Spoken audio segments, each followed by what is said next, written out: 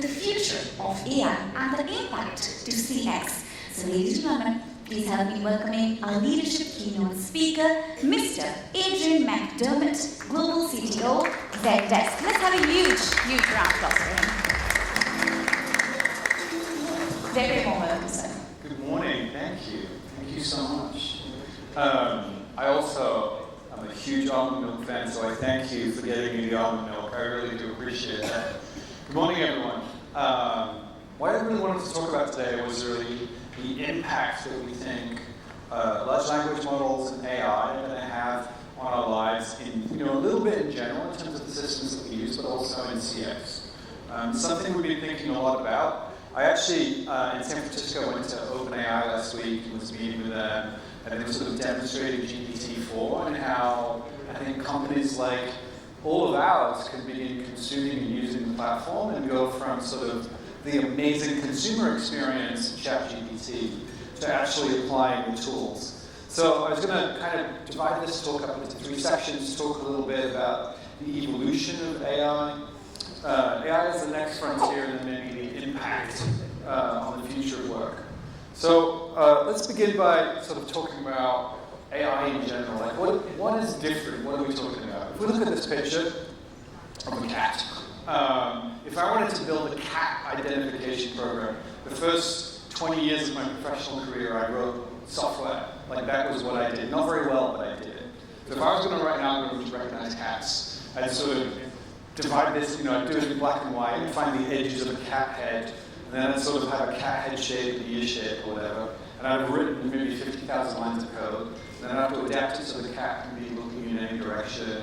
It would go on and on and on, Eventually, I'd end up with maybe 1 million lines of code and a terrible way of recognizing cats. I use an artificial intelligence algorithm. I'll take 10,000 pictures of cats, each one labeled, and I'd say, this is a cat, this is a cat, this is a cat. By the way, who doesn't have 10,000 pictures of cats, by the way? I mean, we all naturally have training data. But I tell it like, this is a cat, this is a cat, this is a cat, this is a dog, this is a cat.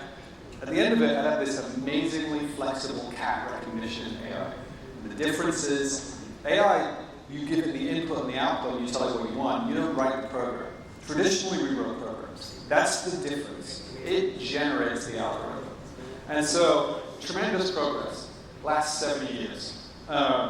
We've sort of moved through this area, created all this technology, all of these ideas, huge advancements. And I remember the first time we got a rice cooker that had fuzzy logic. Like, what is the logic figuring out about rice, right? But it did burn, it was great. And we move into now where we have these large language models that are amazing. We estimate that there'll be 15.7 trillion contributed to the economy, more than the combined output of India and China by 2030. What's interesting about that is 9.1 trillion won't be through automating or making things better or easier. It's actually going to be new things that we as yet can't imagine, right? This shift to AI will create all these new opportunities. Think about the shift to mobile and the new businesses that enabled, or the original shift to the web. The web was a platform that created opportunities for business that couldn't be imagined before, that disintermediated distribution and did all of these things. We think that's the point that we're at right now, this opportunity to create new styles of business. And I think there are 4 key trends driving this next frontier of AI that we need to kind of talk about. The first is large language models, right? This new way of processing. So what large language models do is build an understanding of human language. So you basically take some percentage of the internet, no one really knows how much, like 10%, 20%, 30%. You take some percentage of the internet and you show it to what's called a transformer, and you take away individual words. So give the sense the cat's out on the map, you take away cat, it guesses, I think cat goes there. Not obsessed with cats, but whatever, you take away map, and it guesses that map goes there. You do it billions and billions of times for months, right? And eventually, the algorithm has learned how all of human language works. You give it enough data, it learns. You also put in enough power to power 3 Indian cities for a month, by the way. Maybe you burn that much carbon, maybe you don't. But you end up with this algorithm that understands human language, and as a result, it can reason. And these models are emergent. They have other properties that people didn't before us couldn't foresee. They can write code, recognize images, right? Do things that we didn't know were going to happen. And there are a number of problems with that, and the second trend is really synthetic data. Gartner said that by 2024, 60% of all models will be trained on synthetic data. Why is that important? Well, if you think about a percentage of the internet, 10%, 20%, you know, there's a lot of bad stuff on the internet. It's like, yeah, it's great that you use Wikipedia, you know, maybe great that you use Quora, but there's a lot of the internet you don't really want training your model because it has some bad impacts. So it's better that you create data. In Zendesk terms, right, we've created models that understand what a refund looks like, so that you don't have to show it 50 examples of a refund and train it so you know, in your context, this is what a refund looks like. It's better for us to generate synthetic data using GPT-4 than it is to take an individual customer's data. Play that out at scale, and that's kind of the way we're going to be building models. The next key trend is public AI. We, you know, there's Hugging Face, Anthropic, OpenAI, ChatGPT, the list goes on and on and on, Meta releasing new capabilities, right? As people who run businesses, we're able to stand on the shoulders of giants. We don't necessarily have to go train our own large language models and build in that way.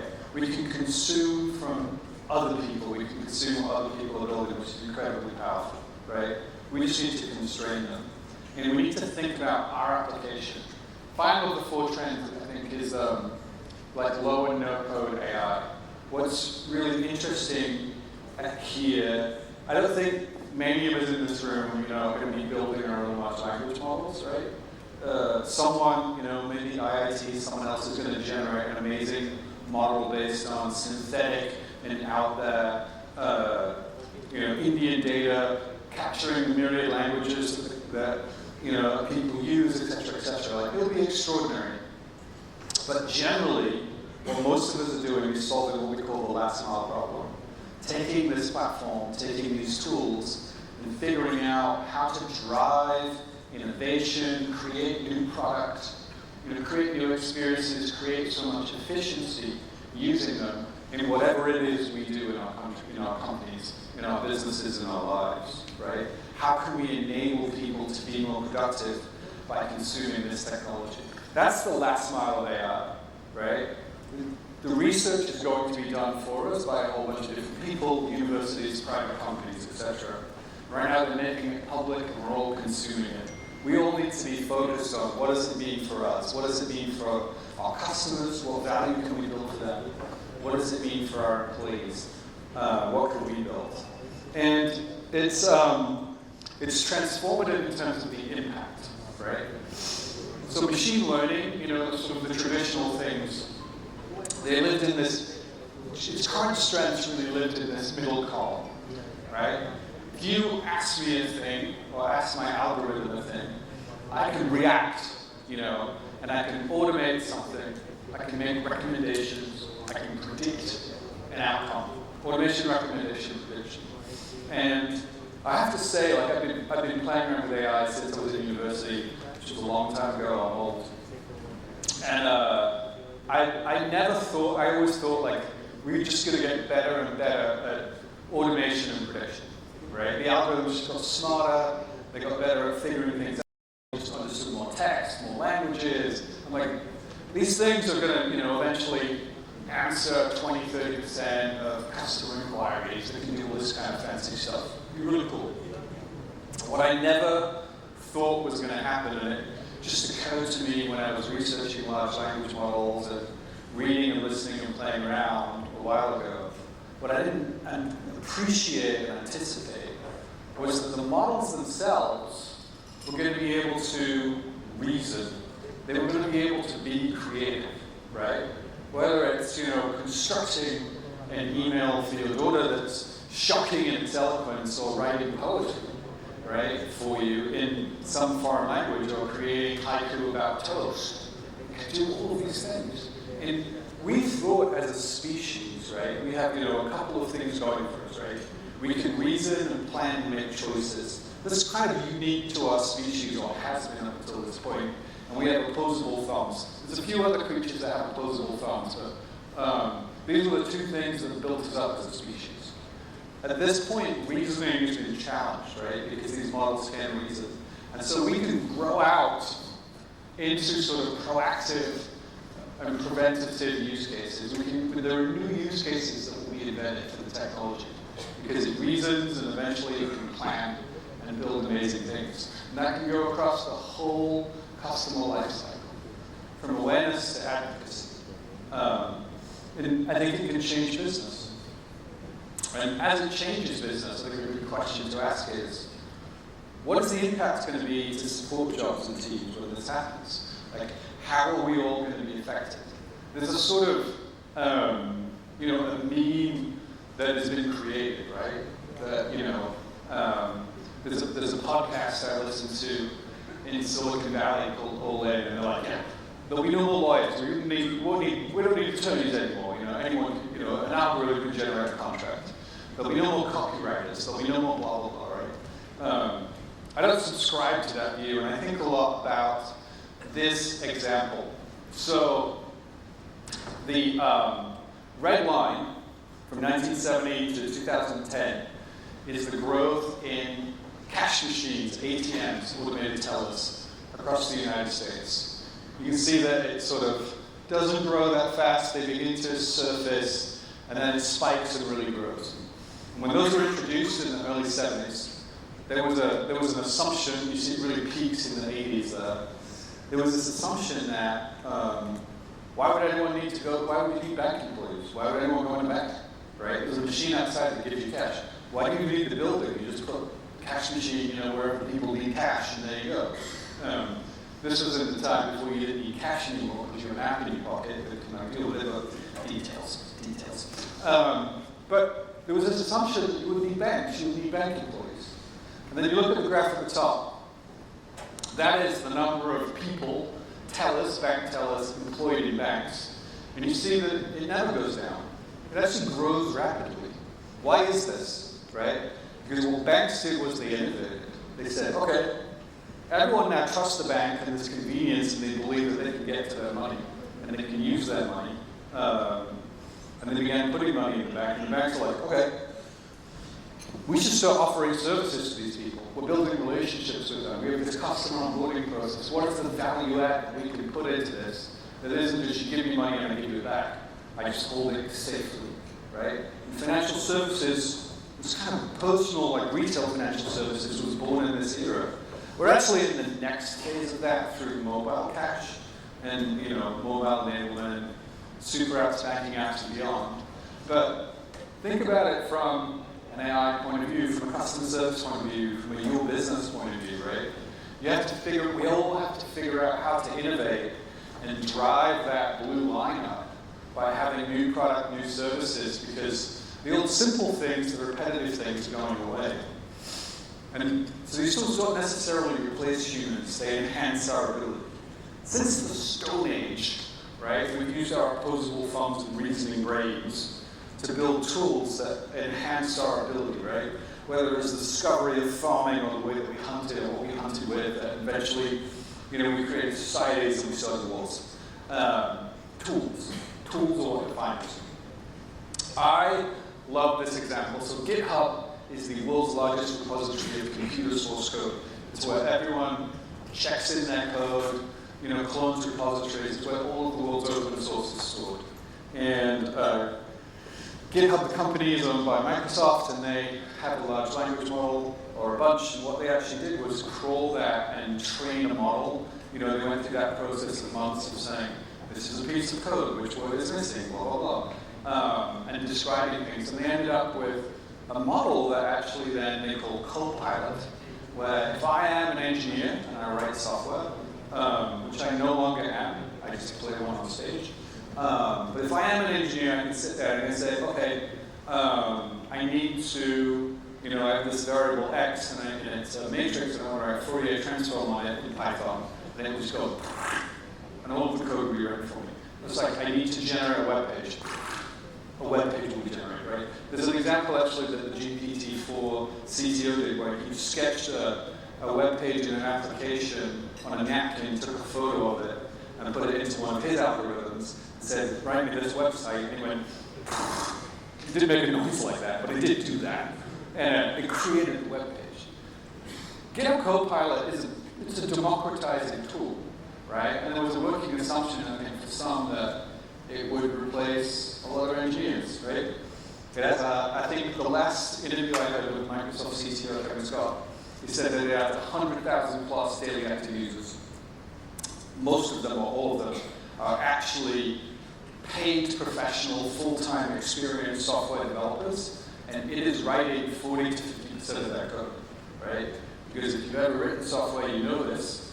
40 to 50% of it is figuring out where the semicolons go, which bracket it is, and how to organize it, and rewriting the same things over and over again to render drop-downs and checkboxes and blah, blah, blah, right? Tooling. This is really what these models are going to build for us soon. Let's map that onto customer service, right?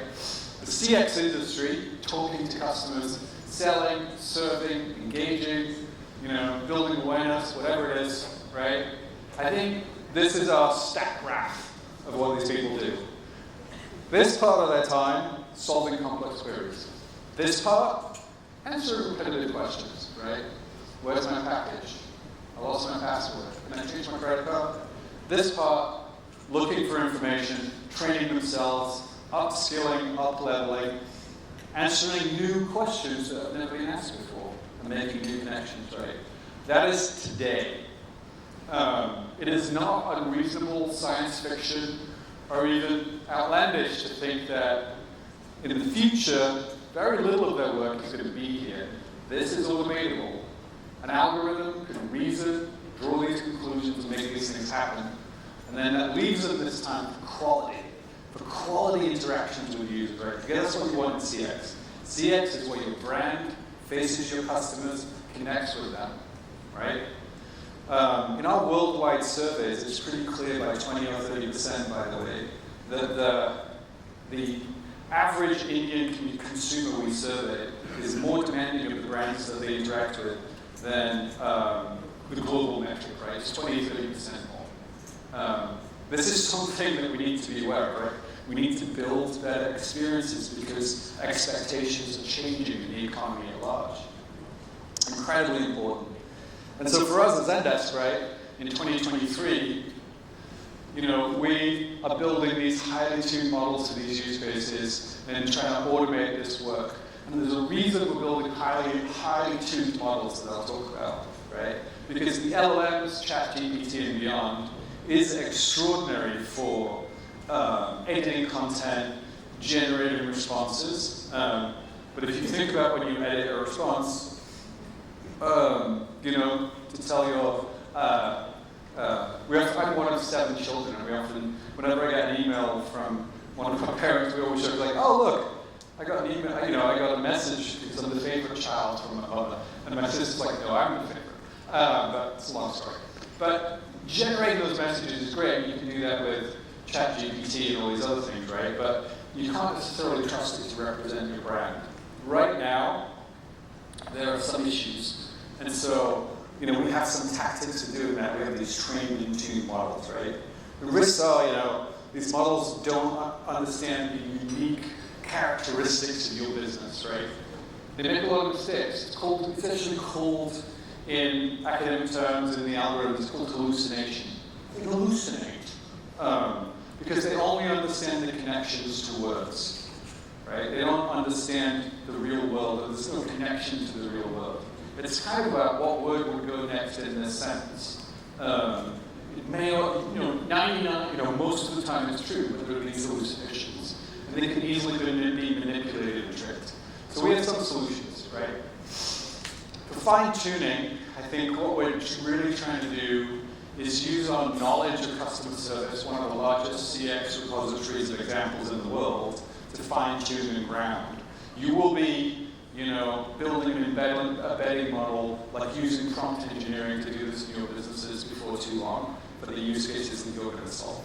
Fine-tuning and grounding facts. For us, this is about automated triage, where we can figure out the language of the user, the sentiment of the user, party tricks to AI just really, really well, and the intent, what it is they're trying to do. More on that later, right? We also are huge believers right now in keeping humans in the loop, right? You can generate responses with AI, right? But this is not a 5-meter cow. This is 2 cows. We all know that. The algorithm didn't know that. And so what we express is what's called in academic AI terms, confidence. What is the confidence level of this recommendation? How confident are you in it? And systems and humans can make decisions based on exposed confidence, and that is important, right? And then finally, you have to narrow the scope of answers. We have, analyzed the 17 billion interactions we get every year, and honestly, the average help desk has between 500 and a few thousand outcomes. 500 and a few thousand things that users are trying to do. Why not recognize them? In retail, there are about 258. Return, item doesn't fit, get return label, exchange item, etc. A model can be trained with all of these things. You can show it 10,000, update payment info requests, and it will know what the next one looks like and be able to tell someone, I have high confidence, this user is speaking English and is trying to return something. And so, as builders, we are fine-tuning, grounding facts, keeping humans in the loop, narrowing the scope. And I think as creators of value in your businesses, you need to be doing the same thing.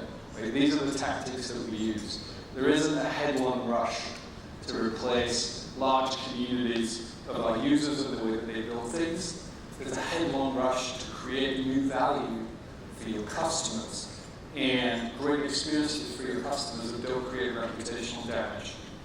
That's how we think about AI. That's why we're building, 84% Indian consumers want a great bot. You've got to be able to deliver that great automated experience. You've got to think about the productivity of your employees, and you've got to think about the intelligence that you put into everything. I think great customer service and beyond is about intelligence and empathy. And these tools give us the opportunity to drive both of those things into all the experiences that we built. It's an exciting time. We're in a paradigm shift. And I think we all also can make less grammatical mistakes in English. I know I do as a very bad Yorkshire speaker. And it's because we have tools, and we're excited to leverage those tools. Thank you very much for listening today. I hope you enjoyed this talk on AI, and let's rush into the future. Have a great day. Thank you so much. So I request you please be on stage. At the same time, I request Mr. Harish Bhatia to please come on stage and present a token of appreciation from Kamikaze B2B Media. This is a beautiful, Lakshmi. We have the goddess Lakshmi with us in the form of a beautiful silver coin, which we present to Adrian sir, and with a peace and prosperity. Wishing you a lot of peace and prosperity, sir.